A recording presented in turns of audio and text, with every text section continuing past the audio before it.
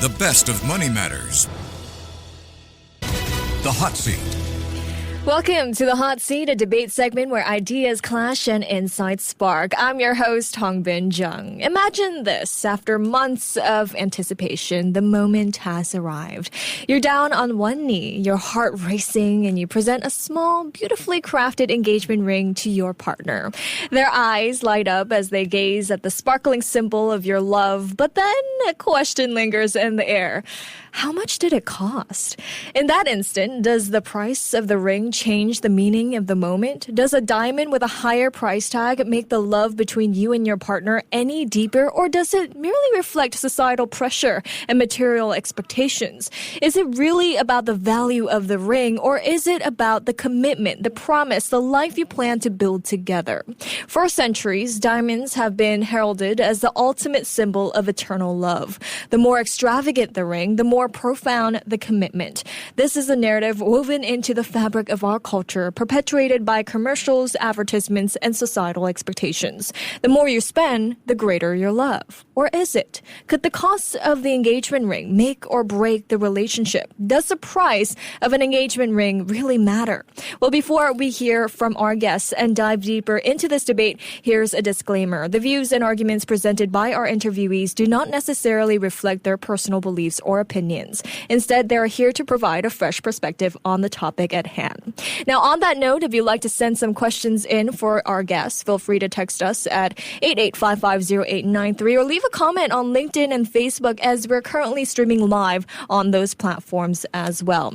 Now, without further ado, let me introduce our guests who will be sharing their perspectives on this pressing topic. Standing on the side that the price of the ring does indeed matter is Vinod, who is the founder of the Jewel Box. And on the other hand, on the stance that the price of the ring doesn't matter, we have Amanda Ang, who's a founder of Bespoke. Welcome to the hot seat, both. Thank you. Thank you for inviting us. Thank you so much for joining us this evening. Vinod, let's start with you. You're on the side that the price of the ring does indeed matter. Around how much, then, should a person spend on an engagement ring? So price does matter, but honestly, there is no fixed value that you could theoretically put for anybody. It's a personal decision. I, for one, certainly do not agree with the widely marketed rule of spending 2 to 3 months' salary on a ring. I just feel that's pure marketing and whoever started it for selling purposes. My approach to the price issue would be to strike a balance between the giver's financial means and the receiver's expectations. For example, the receiver may have preferences towards certain stones, and frankly, that they could be pretty common and low cost. So again, I can't define a price here, but I do have a rule of thumb, which is never to overstretch a customer's wallet.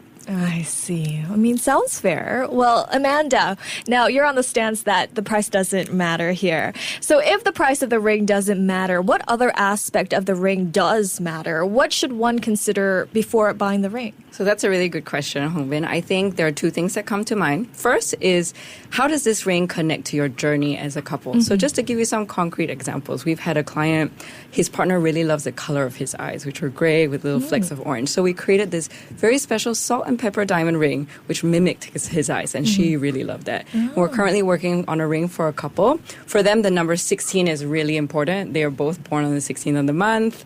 They got together on the 16th of a different month, so we have 8 diamonds on each side that really help tell the story. So connection to your journey as a couple, very important. I think the second aspect I would think about would be, how does this design relate to her personality and her style? So for example, if the ocean is a big part of her life, maybe you'd like to create a wave-inspired ring. Or if she's very creative, maybe, something asymmetrical would be more her cup of tea. Or perhaps she has a favorite color. So at August Bespoke, we make a lot of blue sapphire rings, pink diamond rings, even green diamond rings, and our clients love that. So I think, besides the price, it's really these aspects that really matter. And if, for those of you who are feeling a little bit lost now, oh gosh, Amanda, how am I going to figure this out? we welcome you to look at our Instagram at August Bespoke. Lots of designs, backstories, just to give you a little bit of inspiration. I see. Well, Vinod, just diving into, the societal expectations here. Why do you think we as a society place so much emphasis on the price tag of a symbol rather than the emotional connection or the quality of the relationship? Do you believe that an engagement ring should be a reflection of love and partnership, or do you think it's more about impressing others with its monetary value? So from my point of view, unfortunately, society does create a false sense of what is acceptable. And I think it's purely society, people out there. I'd say it's worth noting the distinction between valuable and expensive as well. To me, valuable is a reflection of the emotional connection, which you mentioned about, whereas expensive is merely superficial and the monetary value. We at the Jewel Box firmly believe, and it is definitely possible, to find something that fulfills the sentiments of the relationship within a suitable budget. Again, I'm going down, rubbing in about the budget, which can be very important. At our atelier, we design bespoke rings every other day, which have personalized stories, just like Amanda has mentioned, and with intricacies. Now, to me, that is valuable. The personalization, the stories, and the intricacies that we built in. Some are quirks, some are just signatures of where it all began. I see. Well, Amanda, while love and commitment are the foundation of a relationship, don't you think the act of investing in a significant symbol like an engagement ring can demonstrate seriousness and respect for the commitment being made? You did mention earlier about, the different styles of ring based on the partner's personality. That all comes at a cost, right? Well, I think at the end of the day, it's very important that you think about the person that you're designing for. I think historically, the reason why we care about that, is maybe more from societal expectations, as you mentioned. But I think when you mention seriousness and respect, that can come in many different ways. For example, do you care about your partner's family? Are you planning a future together? Do you practice active listening so you know what she likes, which then translate into, a design that really relates to her personality and her style? In fact, interestingly, many clients actually come to August Bespoke specifically to signal this seriousness and commitment to their partner, because they're essentially saying, I'm not taking any shortcuts. I'm not walking into a shop just buying the first thing that I see. I'm going to go through this fully custom process because we have a whole proprietary discovery system. We ask you a lot of questions about her style, lifestyle, and you essentially have to co-create a ring with us. And if you read the reviews, I think women care much more about the time and effort put into that. And that is what conveys seriousness and commitment. I see. And over to you, Vinod. If the cost of the ring is an indication of love or commitment, does that mean people who can't afford expensive rings are less capable of love or devotion? No way. I would totally disagree with that. From my point of view, the demonstration of commitment is honestly measured by the intention and the effort that someone puts in behind the choice. For instance, a person with modest means who saves diligently towards this important milestone would be expressing the same or perhaps even greater level of dedication as someone wealthier who buys a more costly ring. So again, going back to the whole question of, yes, the price matters, but I don't think it's a reflection of how important the relationship is. At the end of the relationship is important to start with. That's why they went to, got to this milestone. Right. So I think it would be an unfair statement to say that a smaller ring or a less costly ring would be less of an expression of love. I see. And Amanda, if the cost doesn't matter, then why do we put so much emphasis on the ring's appearance, size, or style when discussing engagement rings? Doesn't that imply some level of significance attached to the visual representation regardless of price? Well, I think there's a historical reason for this, because rings date back to ancient Roman times, where even if they wore very plain bands, that symbolized their union. And today, I think women do do care about the visual appearance for the ring, but in my mind, it's for two reasons. One is coming from someone they love. So, of course, there's sentimental meaning attached to it. But also, very importantly, I think they want what they're wearing to be a reflection of their personal style. So, if, for example, you pride yourself on being very minimalist, you'd like to know that your partner knows that about you and doesn't give you something too flashy. Or if you love vintage styles, maybe you're secretly hoping for an emerald cut or Asher cut instead of something very modern. So I think the visual appearance is still important to women, but more as a representation of the care and, the active listening he's been doing to choose the right one for you. I see. Some girls, they have the exact style or the exact cut they want, exact, how many diamonds they want or, the band of it. But what if the girl doesn't have a preference? Then does the price matter? I think if she doesn't have a preference, this is where storytelling is even more important. And that's why we're seeing this trend now where a lot of couples come together to go through the whole designing process, because then they can discover how to tell their story through the ring, if that makes sense. So they do it together. Okay. Well, Vinod, do you then believe that the pressure to buy a pricey ring kind of perpetuates harmful materialism and unrealistic expectations in relationships? How do you justify that in the context of love being a non-material feeling? So, yeah, we do see this where it perpetuates harmful materialism. I don't think it's a good start to the next chapter of the relationship. It really boils down to the alignment, the giver circumstances, and the shared values of the couple. I feel if they're aligned, love wouldn't be tied to material expression. I see. Well, Amanda, I'm going to give you a scenario here. If someone you love deeply put little to no thought into the engagement ring and chose the cheapest option without considering your preferences or desires, would that not make you kind of question their level of consideration for you and the relationship? In other words, wouldn't you feel that your partner kind of valued you less if they bought you an engagement ring with the bare minimum simply because they claimed that the price wasn't significant? Well, Hongbin, I think we have to make a distinction between the price of the ring and the effort that he puts into it. So when it comes to price, I think there could be multiple reasons why he might want to be a little bit conservative at this point in his life. That might be maybe the stage in his life. Maybe he's, applying for an MBA program or he's, going to med school. There are multiple reasons why he might want to be a little bit prudent at this point in time. Or maybe we're planning a wedding, we're trying to get a bigger apartment, he has family commitments. So I don't think it's fair to judge him based on this criteria alone. But as it relates to the effort that he puts in, I think you're absolutely right. If, he just walked into a shop, bought, the first thing he saw, it didn't relate to us as a couple, it didn't relate to me as a person, then I think that's where the disappointment will come in.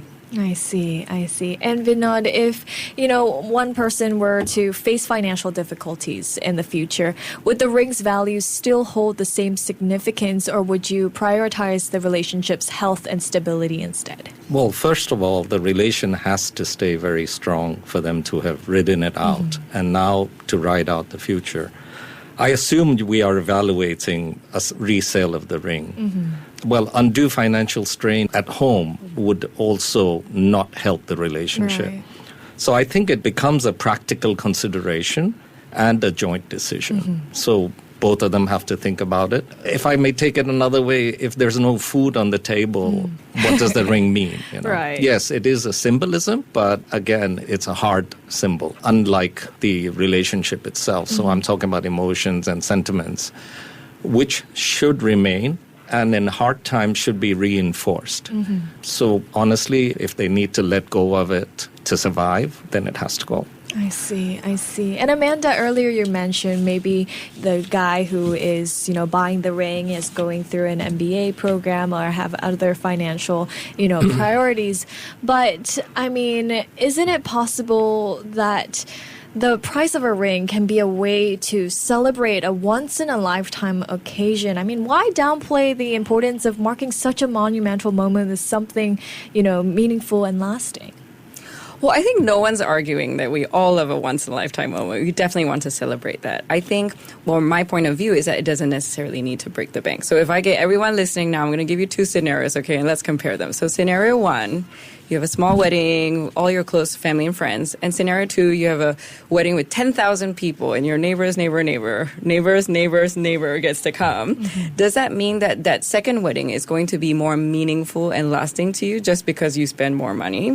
I think we will all say that the answer is no. And a lot of August Bespoke's clients, they all subscribe to this belief. And instead what they'll do, they'll choose to have a small gathering in Bali. You know, they handwrite welcome messages for their friends. They spend quality time because all of us know it's about really the moments that you share and the memories you make that really, you know, stay with you. So I think that same principle applies to rings. If you ask us what our most popular ring design is, actually one's called a 3-stone design, and it resonates with people so much because it represents the past, the present, and the future. And that design can be made with different kinds of gemstones, different sizes, for different price points. So it's not about the price tag. I think it's the intention behind that choice that makes something meaningful and lasting. Speaking of choices here, Vinod, if the price matters, right, does the brand matter too? Oh, tricky question there. Well, some may trust that a brand will offer them the best and the most ideal option. However, I think for something like jewelry, which no doubt holds both tangible and intangible value on its own, the brand should not matter more than the piece itself. So I'm focusing on the piece itself, the stones, the design, the craftsmanship, and most importantly, the story behind it. So frankly, it's a personal choice whether they want to buy something off the rack or come to the jewel box and go down the bespoke route where, just like Amanda said, we would, ask lots of questions and they really, truly get this one-of-a-kind piece. Right, I see. Well, Amanda, another question here for you. I'm going to give you another scenario. Let's say the ring is perfect. Describes the girl's personality. It tells a story. But it was $20. So would you be okay if your significant other proposed to you with a $20 ring that they ordered online, but it kind of, shows the girl's personality. It's like the perfect piece, but it was $20. Would you be okay with it? It's interesting. I think it's tough, I would say, Hongbin, to find the exact thing that suits you for $20. But, and I get what you're trying to ask me. You're putting that number on it, right, to make it a controversial question. But I'll give you some real-life examples where our clients have picked a $20 ring. So in one case, one of our clients proposed with like a candy ring, a ring pop, because it's part of like an inside joke for the two of them. Or in the case of other couples, they've actually proposed with, they call a placeholder ring with a promise to create something together down the line. So for a lot of couples, maybe at the moment that they get married, they can't afford a specific ring and her dream ring, if you will.